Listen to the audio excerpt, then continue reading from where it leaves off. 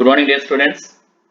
So today's topic will be oxygen dissociation curve and also transport of carbon dioxide. We'll complete today this topic.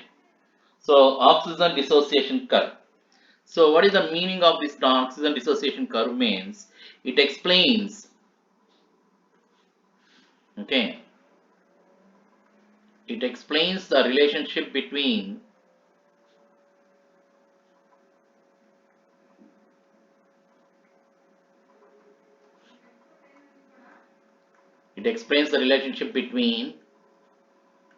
percentage saturation of hemoglobin with partial pressure of oxygen. So we are going to draw a graph here. So this one will be the x-axis and this one will be the y-axis. On x-axis we are plotting the partial pressure of oxygen, and on y-axis we are plotting percentage saturation of hemoglobin. Okay, so generally we see the graph will be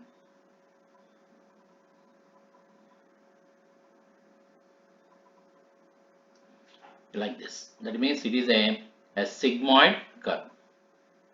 Okay, it is a sigmoid curve. So let us see at which partial pressure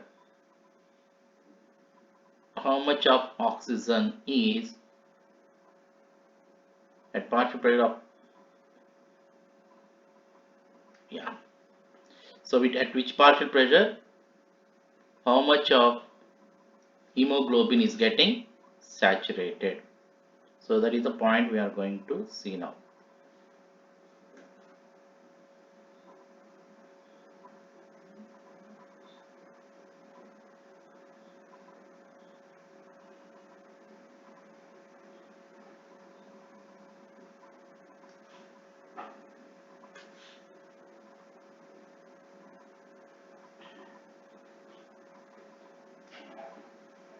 Yeah.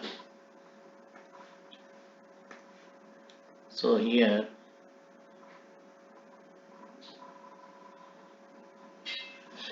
this one is 20 mmHg, this one is 40 mmHg, this is 100 mmHg. So at 20 mmHg, how much of hemoglobin is saturated means 35%. At 40 mmHg, it is 75%. At 100 mmHg, it is 97%. So if you see the normal pH of blood is 7.4. The normal pH of blood is 7.4. So let us see where the formation of hemoglobin occurs. So if you see the formation of hemoglobin, oxyhemoglobin, and dissociation of oxyhemoglobin, let us see what are the conditions for formation and dissociation. So if you see the first one, formation of oxyhemoglobin.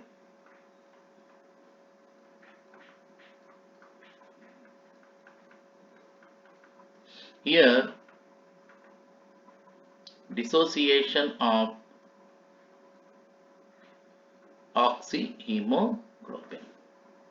So where the formation occurs, that is the question. Occurs at lungs. So oxyhemoglobin formation occurs at lungs. Then factors favorable.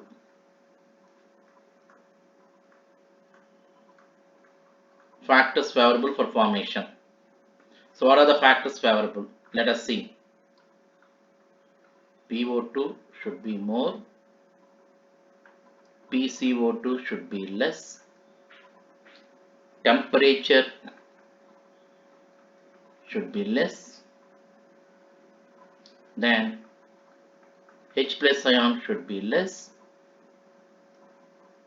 then pH will be more. So these are the conditions.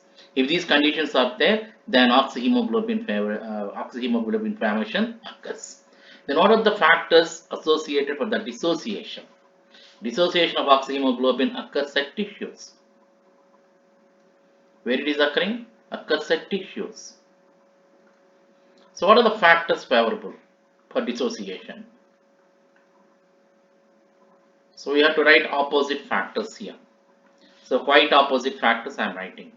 So PO2 will be always less at the tissues. Then PCO2 should be more. Temperature should be more. H plus ion concentration should be more. Then pH should be less. So these are the conditions. So at 35 at partial pressure of oxygen, if the partial pressure of oxygen is 20 mmHg, partial pressure of oxygen is 40 mmHg, partial pressure of oxygen at 100 mmHg, how much hemoglobin is saturated? So partial pressure of oxygen is 20 mmHg at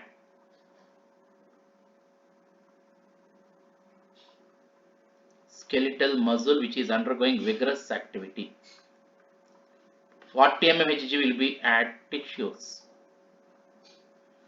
So it will be at lungs or alveoli.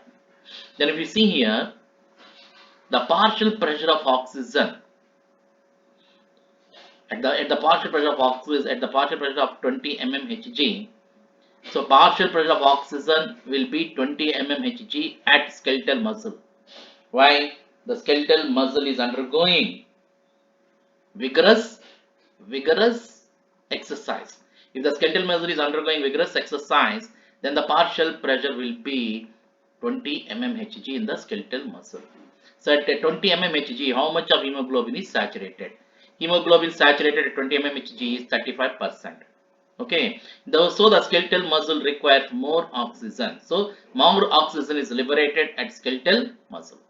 At the partial pressure of 40 mmHg will be at tissues. In tissues, the partial pressure of oxygen will be 40 mmHg. Then percentage saturation will be hemoglobin. Of hemoglobin will be 75%. Okay. Then, if you see the at tissues due to liberation or at tissues due to breakdown of oxyhemoglobin, the oxygen dissociation curve shifts towards right side. pH will be 7.6. So the curve shifts towards right side. Why the curve is shifting towards right side means due to breakdown of oxyhemoglobin. So where the dissociation of oxyhemoglobin occurs, the dissociation of oxyhemoglobin occurs at the tissues due to low partial pressure. So the curve shifts towards the right side. Generally the curve shifts towards the left side at lungs, where the partial pressure of oxygen will be more. So this is about the oxygen dissociation curve. Right. Now let us go for the next one. Right. At 100%, if the partial pressure of oxygen, the hemoglobin is 100% saturated, one hemoglobin molecules 4 oxygen molecules. One hemoglobin molecule carries 4 oxygen molecules. At 100% saturation, 100 hemoglobin molecule carries how much? That is 400 oxygen molecules. At 97%, 100 hemoglobin molecules carries how much of oxygen means 97 into 400 divided by 100, that equal to 388 moles of oxygen. So 100 hemoglobin molecules carrying 388 moles of oxygen at 97% saturation. Then when how much one hemoglobin molecule carry means 3.88 molecules of oxygen. So at 97% of saturation, if the hemoglobin is 97% saturated, then how much hemoglobin is carrying oxygen means one hemoglobin is carrying 3.88 molecules of oxygen. So partial pressure of oxygen is proportional to the saturation of hemoglobin. So let us see now Bohr effect. Effect of carbon dioxide on oxygen binding capacity with hemoglobin. That means how the carbon dioxide affects the oxygen and oxygen binding capacity with hemoglobin. So if the carbon dioxide is present, then oxygen binding capacity with hemoglobin reduces. Why? Carbon dioxide is having more affinity towards hemoglobin when compared to the oxygen. So 100 ml of blood carries 20 ml of oxygen. Then 5000 ml of blood carries how much of oxygen means you can see here 1000 ml to 1200 ml. Right, that is about the additional information. Now let us go for the transport of carbon dioxide. So carbon dioxide is transported from where to where? From tissues to lungs. Okay. So carbon dioxide is transported by plasma and also RBC. In plasma, it is transported as physical solution. So as physical solution, 7% of carbon dioxide is transported. As carb-amino compounds, 20 to 25% of carbon dioxide is transported. As bicarbonates, 70% of carbon dioxide is transported. That means more carbon dioxide is transported by carbonates in the form of bicarbonates. So as physical solution, how much? 7%. So carbon dioxide combines with the plasma, that means water present in plasma, and forms carbonic acid. So formation of carbonic acid occurs in tissues and dissociation of bicarbonic acid occurs at lungs. In lungs, the carbonic acid dissociates into carbon dioxide and water, and the carbon dioxide is sent out from the lungs towards the exterior as carbamino hemoglobin. So, as carbamino hemoglobin, 20 to 25% of carbon dioxide is transported as carbamino hemoglobin. So, carbon dioxide combines with NH2 of plasma proteins and forms carbamino compound in plasma. This is in plasma. Then carbon dioxide combines with amino group of hemoglobin and forms carbamino hemoglobin. So the carbamino hemoglobin is formed in the RBC. Let us see how this carbamino compound is formed. So formation and dissociation. Formation occurs in tissues. Okay. Factors favorable for formation is low partial pressure of oxygen and high partial pressure of carbon dioxide. Then dissociation occurs in lungs due to high PO2 concentration and low PCO2 concentration. Right. Now let us go for the next one as bicarbonates. So 70% of carbon dioxide is transported in the form of bicarbonate. Most of the carbon dioxide is transported as bicarbonate. So in RBC and plasma, there is an enzyme called as carbonic anhydrase. Carbonic anhydrase is present both in plasma and also in RBC. In RBC, the carbonic anhydrase is more, and in plasma, the carbonic anhydrase is less. So carbon dioxide, when enters into the RBC, it combines with water present in the RBC in the presence of carbonic anhydrase and forms bicarbonate. You can see here. Okay, this bicarbonate dissociates into, this carbonic acid dissociates into bicarbonate and H plus ion concentration or H plus ion. This H plus ion combines with hemoglobin and forms hemoglobin acidic. As H plus ion concentrations is increasing inside the RBC, one bicarbonate ion diffuses from RBC and enters into the plasma. Okay, so to maintain electrical neutrality, one chloride ion present in the plasma enters into the RBC. So this exchange of bicarbonate and chloride ions between RBC and plasma is called as chloride shift.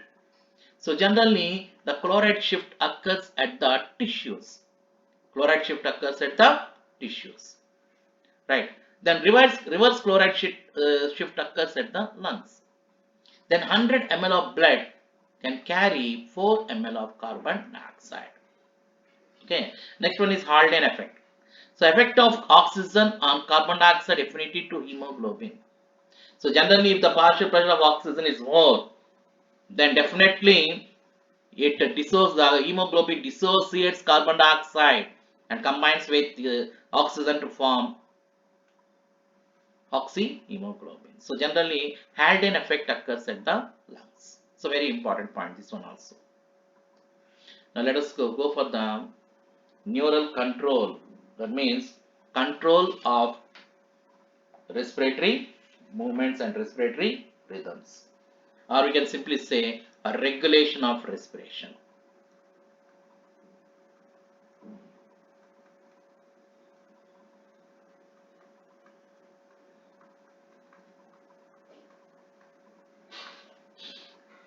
So respiratory rhythm center, where it is present? It is present in the medulla oblongata. Okay. Respiratory rhythm center primary function is responsible for respiratory rhythm and controls contraction of respiratory muscles. So the first function of respiratory rhythm center is maintaining the respiratory rhythm and controlling the contraction of respiratory muscles. Generally, respiratory rhythm center is stimulated by carbon dioxide. Remember, respiratory rhythm center is stimulated by carbon dioxide. But there is one more important point, that oxygen. Oxygen is not having any role in respiratory rhythm center. Oxygen cannot stimulate respiratory rhythm center. Very important point. Next one is pneumotoxic center. Pneumotoxic center is present in the pons. What is the function of pneumotoxic center? Moderates the function of respiratory rhythm center. It is moderating the function of respiratory rhythm center. Increases the rate of respiration by reducing the duration of inspiration. Okay, it increases the rate of respiration by decreasing the time in the inspiration. Next one is chemosensitive area. So chemosensitive areas are present in medulla near the pons. These chemosensitive areas are very sensitive for carbon dioxide and H plus ion concentration. If concentration of carbon dioxide and H plus ion increases, then the chemosensitive areas send signals to the chemosensitive areas. Chemosensitive areas are present in the medulla near the pons. So chemosensitive areas are very sensitive for carbon dioxide and hydrogen ion concentration. If concentration of carbon dioxide and H plus ion concentration increases, the chemosensitive areas send signals to the pneumotoxic center. Okay, this pneumotoxic center signals send the signals to the respiratory rhythm center. So respiratory rhythm center increases the rate of respiration and carbon dioxide and H plus ions are eliminated. So in this direction they will go. So in this direction right? So that is about the chemosensitive areas. Now let us go for the next one more is there, that is the chemoreceptors. Chemoreceptors are present at the base of carotid artery and aortic arch. Carotid artery means the artery which enters into the neck region. Aortic arch means the systemic arch that is arising from the left ventricle. So at the base of these two, the chemoreceptors are present, which are sensitive for carbon dioxide and H plus ion concentration. So this when they detect the carbon dioxide and H plus ion concentration, they send signals to the respiratory rhythm center to increase the rate of respiration. So same like chemosensitive areas, the chemoreceptors are also functioning in the same way. So this completes about the regulation of respiration. Now let us go for the next one, respiratory disorders. In the respiratory disorders, the first one is asthma. So asthma means it is a type of allergy. So the substances which cause allergy are called as allergens. And these allergens stimulate the release of histidines. What are the symptoms of asthma? So symptoms of asthma include spasms in the bronchial muscles. So the bronchial muscles get inflamed. So this is the normal bronchi, but inside the bronchi, if a person is suffering with asthma, his muscles will get inflamed. So it causes coughing, wheezing, difficulty in breathing. Okay, so that is wheezing means producing sounds in the lungs. Right, we go for the next one, bronchitis. So we go for the next one, emphysema. Emphysema is another one disorder which is chronic. In emphysema, the alveolar walls are damaged. So here if we see, this is the entire alveoli. Okay. So what is happening here? The alveolar walls are damaged and the alveoli will become few and they get enlarged in size. So here there are more alveoli are present in this case, but here only few. And they are enlarging. So that what is happening here? The respiratory surface has been reduced. and the alveoli becomes more fibrous and less elastic. So reason, cigarette smoking. And here also the person suffers with chronic cough and persistent cough, and also he feels a difficulty in breathing because exchange of gases are affected at the level of alveoli. So emphysema affect the exchange of gases. Okay, remember that. Bronchitis, inflammation to the bronchi. So inside the bronchi there is a mucus lining. So this mucus lining will swell. Okay, as the mucus lining will swell, the diameter of the bronchi becomes less, right? So what happens? What are the symptoms of bronchitis? Means persistent cough, difficulty in breathing, and phlegm in split. That means when you cough, the phlegm will come into your throat and you spit that phlegm. But in asthma there is no phlegm, but in bronchitis there is phlegm. So what is meant by COPD now? Chronic obstructive pulmonary disease. Chronic obstructive pulmonary disease is called as COPD. Which diseases are coming under COPD? COPD, asthma, emphysema, and bronchitis. Asthma, emphysema, and bronchitis comes under the COPD. So there is one more disease called as pneumonia. Pneumonia is a non-COPD disease. It is not. It does not come under the chronic obstructive pulmonary disease. Let us see what is meant by pneumonia also.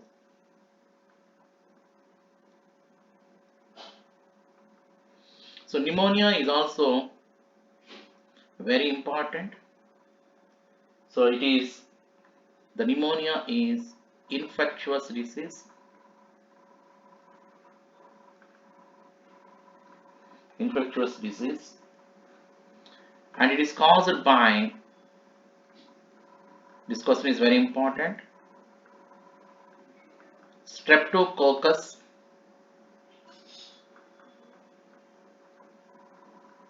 pneumoniae, and also it is caused by mycoplasma.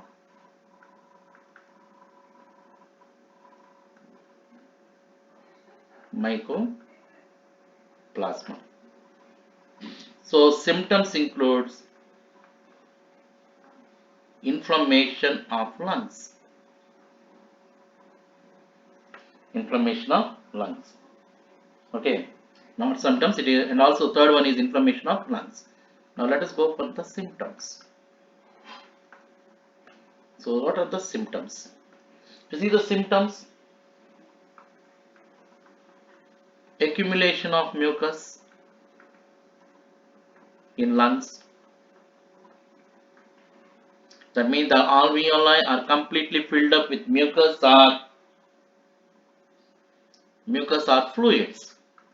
Due to that, exchange of gases.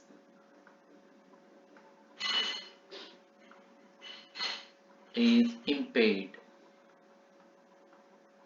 That means it affects the exchange of gases. Then, if untreated, it leads to death.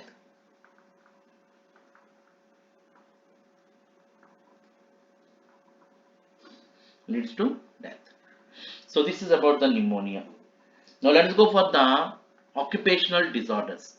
So one more thing is there, a very important one, that is the occupational disorders.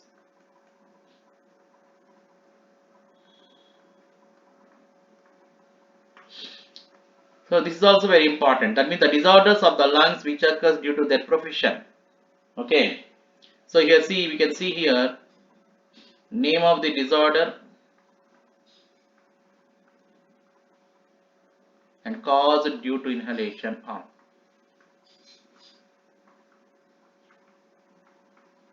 So why this disorder is caused? By what inhaling? So that is very important point.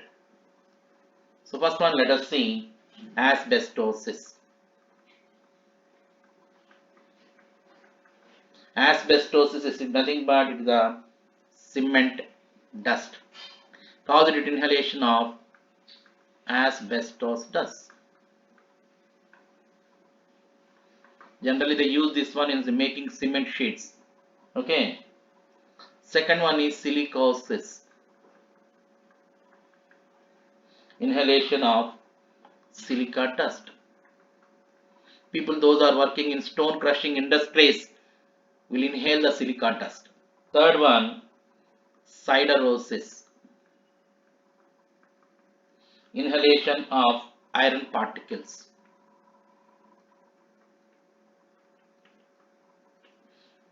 Last one, black lung disease.